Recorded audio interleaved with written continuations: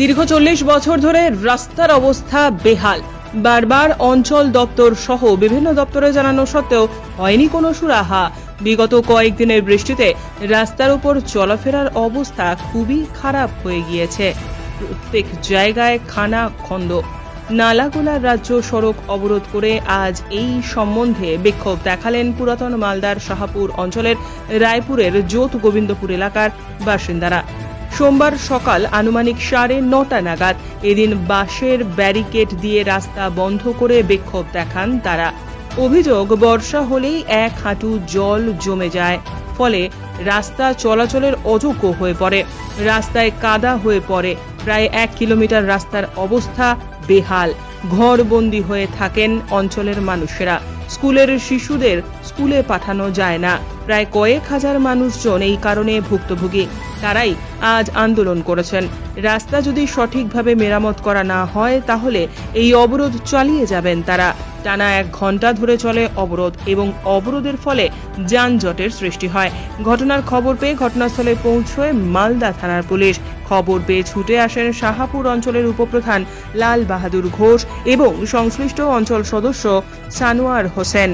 পুলিশি হস্তক্ষেপে এবং উপপ্রধানের আশ্বাসে অবরোধ তুলে নেন স্থানীয় বাসিন্দারা।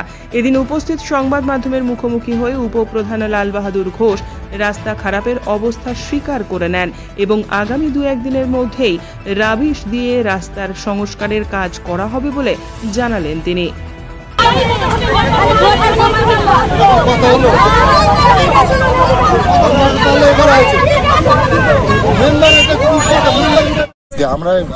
আমার কাছে রাস্তা কিছু আসেনি, এখন জানতে পারলাম এমার্জেন্সি কাজ আছে, যে রাবিশের দরকার আছে। রাবিশ 2-1 দিনের মধ্যে ফেলে দেবে। আচ্ছা, বলছি কেমন অবস্থা খারাপ আছে, মানুষের যাওয়া আসা খুব অসুবিধা। আচ্ছা, এখানকার বাদে গোটা গ্রামটাই লোক যাওয়া আসা অসুবিধা। শুরু হবে রাবিশ ফেলে দেবো চলার লেগে। কদিনের বলা হবে? 2-1 দিনের মধ্যে ফেলে দেবে। রাস্তাটার ব্যাপারে রাস্তা পাঠানো হয়েছে, স্যাংশন হয়ে আসবে, টাকা ঢুকলে আমরা কাজ শুরু করব। আপনার শুভ নামটা? লাল বাহাদুর ঘোষ। পরিচয়টা? আজকে কি হয়েছে, এখানে মানে জল অনেক দিন থেকে জমে থাকে।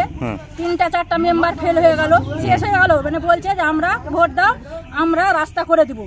সরকার থেকে যদিও টাকা না দেয়, আমরা বাড়ি থেকে রাস্তা করে দিব, মাটি ফেলে দিব। কিন্তু ওরা যখন ভোট নিয়ে নিচ্ছে, তারপরে কোনো রাস্তার কোনো গল্পই করে না। বলছে আমরা টাকা পাই না, আমরা কিভাবে করব, তোমরা যা পারবা তা করবো। তো আমরা বাধ্য আজকে রাস্তা করেছি। আমরা রাস্তা চাই। রাস্তা যখন বিডিআর আসবে, রাস্তার কোনো হবে, তখনই আমরা প্রতিবাদ ছাড়বো। হ্যাঁ, আমরা রাস্তা অবরোধ করেছি। আমরা রাস্তার জন্যই করেছি। আমরা কিছু চাই না। আমরা সুমিত্রা চৌধুরী। আমরা নেমেছি এই কারণ যে আমাদের এখানে রাস্তা আছে, এখানে অনেক পাবলিক এখানে চলাচল করে। এটা মেন রাস্তা। রাস্তাতে এত জল জমে থাকে যে লোক হাঁটা চলা করতে পারে না। এত জল হয়ে যায় যে বাচ্চারা ডুবে যায়। যে আমাদের রাস্তাটা মেপে নিয়ে যায়, কিন্তু বলে মেম্বারকে বলেছি, মেম্বার বলে রাস্তা হবে, হ্যাঁ করব, কিন্তু এখন মেম্বারের ঘরে বলছে টাকা নাই, কি করে রাস্তা হবে? হ্যাঁ, তো এখন আমরা যে জন্য এখন নিজে আমরা এখন অবরোধ করতে নেমেছি। প্রশাসন এসে রাস্তাটা দেখুক, জানে আমাদেরকে রাস্তাটা করে দেয়। আমরা বহুত একদম কষ্টে চলাচল করছি। এটা হলো রায়পুর জোত গোবিন্দ রাস্তা। কতটি পরিবার এরকম ভুক্তভোগী হচ্ছে? এখানে কম করে কয়েক হাজার, ধরেন 2, 4, 5, 10 হাজার রাস্তায় আছে। 1 কিলোমিটার হবে। আচ্ছা, কতটি লোক যাতায়াত করে? এখানে পুরো পাড়ার লোকই যাতায়াত করে, কারণ নদী ছাড়া এদের স্নান হয় না। নদী ছাড়া এদের অন্য কোনো কাজ হয় না। সম্পূর্ণ কাজ এদের নদীতে। কেননা এখানে কোনো ড্রেনের ব্যবস্থা নেই। বাড়িতে টিউবওয়েল, কোনো মার্শাল ব্যবহার করতে পারে না, কারণ জল নামার কোনো সুযোগ সুবিধা নাই এখানে। এই জন্য আমরা নদীতে